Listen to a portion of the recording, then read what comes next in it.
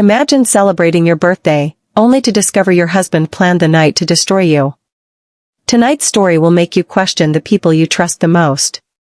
If you love chilling stories like this, hit subscribe now, because once you hear what happened to Allison, you'll never look at birthdays the same way again. They say your 30s are when life truly begins. I should have known mine would start with a lie. The first warning wasn't the whispered phone calls late at night that ended as soon as I entered the room. It wasn't the way my husband's hands lingered on my shoulders, his smile never quite reaching his eyes. It wasn't even the blindfold he insisted I wear, claiming it was part of a birthday surprise. No, the first warning was the champagne. Too sweet. Too fizzy. Too wrong. But I drank it anyway, because that's what trusting wives do. David, my husband, had been strange for weeks. His phone was always in his pocket, face down on the table, screen lighting up with messages he refused to explain. He'd come home later than usual, brushing off my questions with excuses about deadlines at work. Yet on the day of my 30th birthday, he was different. Too cheerful. Too rehearsed. "Just wait until tonight, sweetheart," he whispered against my hair that morning, his voice dripping with excitement. "It's a surprise you'll never forget." When I walked into our home that evening, the surprise wasn't what I expected. David wasn't alone.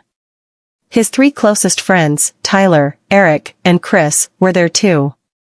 Men I knew only from poker nights and casual barbecues, never close enough to consider real friends.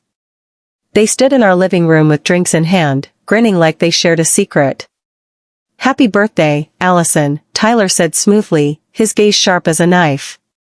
The others raised their glasses, their smiles too wide. I forced a laugh, clutching my crystal glass so hard I thought it might shatter. The air in the room felt heavy, thick with David's cologne and something else, an anticipation that made my skin crawl. I tried to shake it off. I told myself I was overthinking. But then the lights flickered. A blindfold slipped over my eyes. Hands gripped my arms, too firm to be playful. My heart pounded in my chest. "Trust me," David's voice whispered in my ear. But in that moment, trust was already gone. The next morning, I woke alone in our bed. My head was pounding, my body heavy, my memories fractured like shards of broken glass. I stumbled into the bathroom, turned on the light, and froze at my reflection. Purple marks bloomed across my arms, evidence of hands that had held me too tightly. My stomach turned. This wasn't a dream. This wasn't just in my head. In the kitchen, David was humming to himself, flipping pancakes like nothing had happened. "Morning, birthday girl," he said cheerfully, like we hadn't just lived through a nightmare. "Sleep well?" I stared at him, my throat dry. "What happened last night?" My voice cracked, trembling. His smile didn't falter. He didn't even blink. "You don't remember?" he chuckled. "You were wild, Allison. You couldn't keep your hands off me." But flashes of the night crept back into my mind, hands pinning me down, laughter echoing in the dark, David's shadowed smile as he stood by. "David," I whispered, my voice trembling, did you let them hurt me?" His fork clinked against the plate, and for the first time, his smile slipped. He didn't deny it. Instead, he sighed and muttered, "You begged for it." Before I could even respond, my phone buzzed on the counter. An unknown number. My hand shook as I picked it up. The message read, "You were amazing. Let's keep this our secret. T." My stomach dropped. Tyler. Later that day, when David left for the gym, I searched his office. His laptop sat on the desk, locked with a password. I tried our wedding anniversary. Denied. Our dog's name. Denied. Then, on a whim, I typed in anniversary 2020. The screen unlocked. There it was. A folder on the desktop titled Birthday Plan. My chest tightened as I clicked it open. Dozens of video files appeared, all dated the night before. My hand hovered over the mouse before I finally clicked the first one. The video filled the screen, and my heart sank. It was me. Blindfolded. Helpless. Surrounded. And in the background, David's voice, smooth as poison, "She'll love this. Keep going." My stomach churned. I slammed the laptop shut, gagging. That's when I heard the garage door rumble open. David was home. Panic surged through me. I yanked the USB drive from the desk, shoved it into the laptop, and began dragging the entire folder onto it. The progress bar crept forward, agonizingly slow. 43%. 57. 71. My pulse thundered as his footsteps grew louder. Finally, 100%. I yanked the USB drive free and shoved it into my pocket just as David walked through the door. But there was something else in those videos, something worse. In the corner of the frame, almost hidden, was a woman. A brunette in a red dress, standing back, watching. Directing. My blood ran cold. I ran a reverse image search of her face. Her name was Vanessa. A sales executive in Chicago. A former coworker of David's. And worse, his ex-girlfriend. My stomach twisted as I dug through David's old Facebook messages. Years ago, she had written, "You'll regret choosing her over me." And just 3 weeks ago, after years of silence, another message, "I have a birthday present for your wife. Let's talk." David's reply chilled me to my bones. "I'm listening." I needed to see her for myself. I followed her one evening to a downtown Chicago hotel bar. My hood pulled low, I sat in the corner, watching. Vanessa was there with Tyler. They laughed together, too comfortable, too familiar. Tyler handed her an envelope thick with cash. My heart pounded as I leaned closer, trying to hear. "Phase 2 starts tomorrow," Vanessa said, her red lips curling into a smile.